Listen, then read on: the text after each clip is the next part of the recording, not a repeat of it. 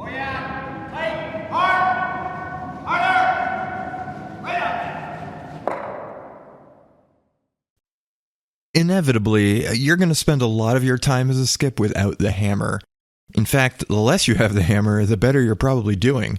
If your opponents are keeping the hammer, it means they aren't scoring very much. On the other hand, throwing first can be a scary experience, as you'll sometimes be right on the precipice of giving up a big end. Let's dive into what we want to do strategically when we don't have the hammer. Many new skips actually find themselves more comfortable playing without the hammer, and it's easy to see why. While throwing first is definitely a disadvantage, the strategy is much more intuitive, and in some ways simpler.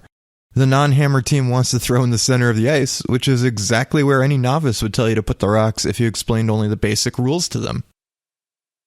There's a good reason for this. Without the hammer, you can't just hope that your open rocks will score. Instead, since your opponents get to throw the final rock, you'll need to have something hidden to feel good about your chances of scoring.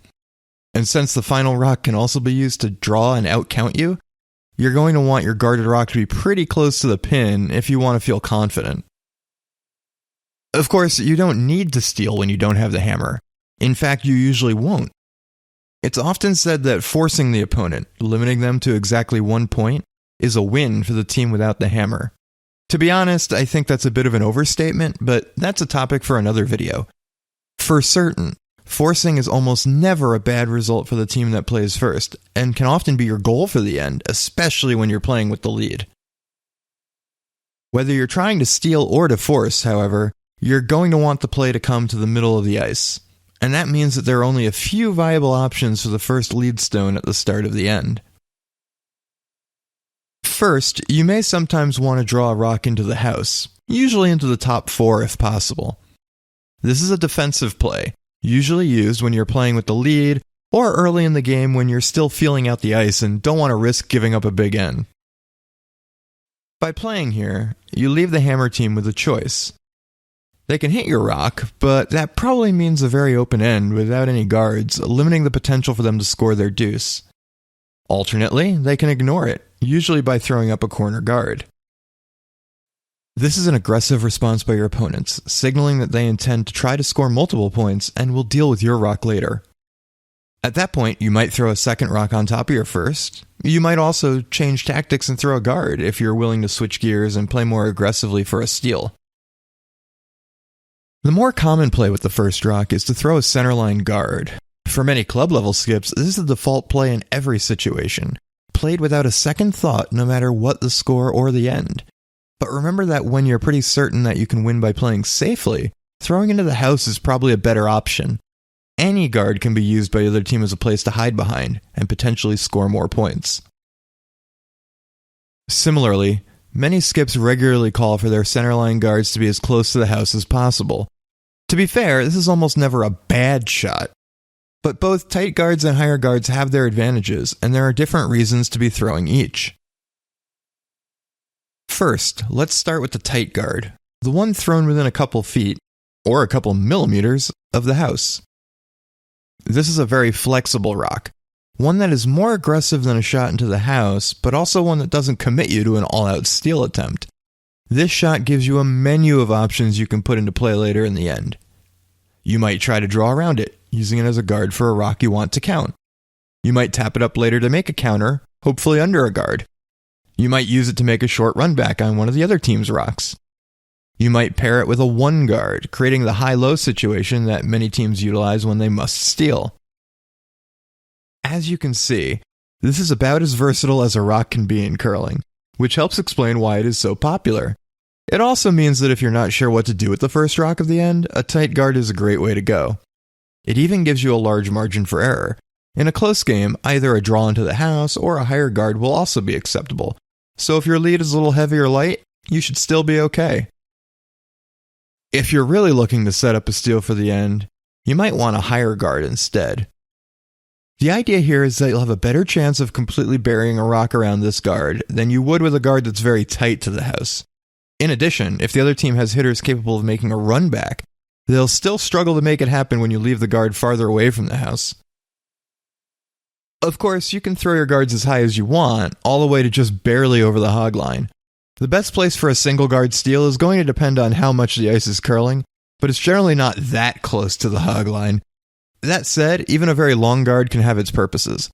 It is often the first guard thrown when a team is trying to set up the high-low guard situation, so it can be a big part of an aggressive attempt to steal. And even a high centerline guard is likely to encourage the play to go towards the middle of the ice. It will discourage upweight takeouts, meaning more draws and soft hits that keep rocks in play behind it. When it comes to your approach throughout the end, there's a fine balance between risk and reward when playing without the hammer. If you're playing with a big lead, then it's easy to keep things open and hit anything in sight in order to move towards running your opponents out of rocks. But things get more complicated when you either want to or need to set up a steal. In a close game, remember that it's not worth throwing away the entire game on an attempt to steal a single point. If the hammer team has started to build up a lot of rocks around the house, don't keep attempting to guard a single stone, even if it's a very good counter. A single missed guard or a great shot by the other team could suddenly leave them counting a bunch without leaving you an easy way to get out of trouble. This is where the axiom that the best guard is a second counter comes from. Sitting 2 rocks that can't be doubled may not get you your steal, but it is very likely to lead to a force, or at the very least, limit the potential damage. On the other hand, when you absolutely need to steal, say late in a game when you're trailing or in the final end when the score is tied, then you don't have to worry much about the risk factors at all. In these cases, it is often best to throw 5, 6, or even 7 guards before finally drawing into the house. This is hard for many new skips to accept. After all, once the free guard zone rule ends, the other team can peel your rocks. But you'll need a place to hide if you're going to steal, which means you'll need guards. And even if the other team hits well, they may nose a peel, leaving their own rock as a guard instead, redirect off a rock and leave something out front, jam on something in the house, or somehow leave more traffic in play. All results that give you something you might be able to use in order to set up your steal. Here are a couple more tips you can use when you don't have the hammer. Remember that you generally want the rocks that are in play to be closer to the pin if possible, and in some cases, that even means your opponent's rocks. This often comes into play when the hammer team tries to draw the top 4 early in the end, but goes just a little bit behind the tee line instead. Unless you can get the rock out of the house entirely, you probably don't want to sweep it yourself.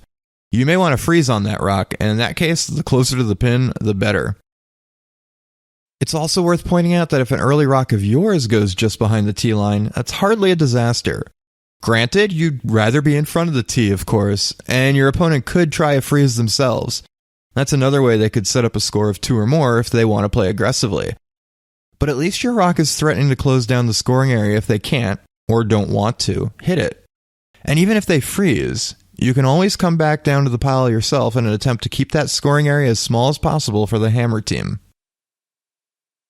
You may also run into situations where things aren't going your way, and the hammer team successfully splits the house.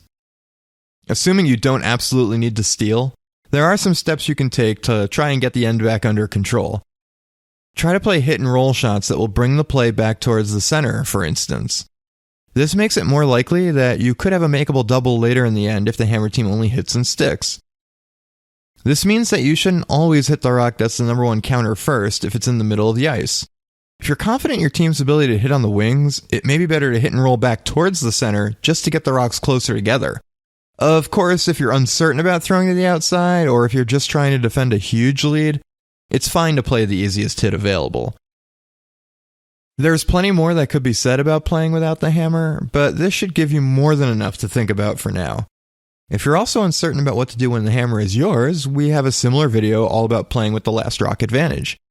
You might also want to check out the rest of the Curling 101 series, which introduces a variety of other topics that should be of interest to new skips. Thanks for watching the video. If you've enjoyed it, please like and subscribe to the channel, where you'll find hours of additional discussion on curling strategy. If you're interested in supporting Chess on Ice, I'd also appreciate it if you'd take a look at our Patreon page, where you can chip in and exchange for a number of rewards, including early access to videos and other exclusive content. Thanks again, and as always, good curling.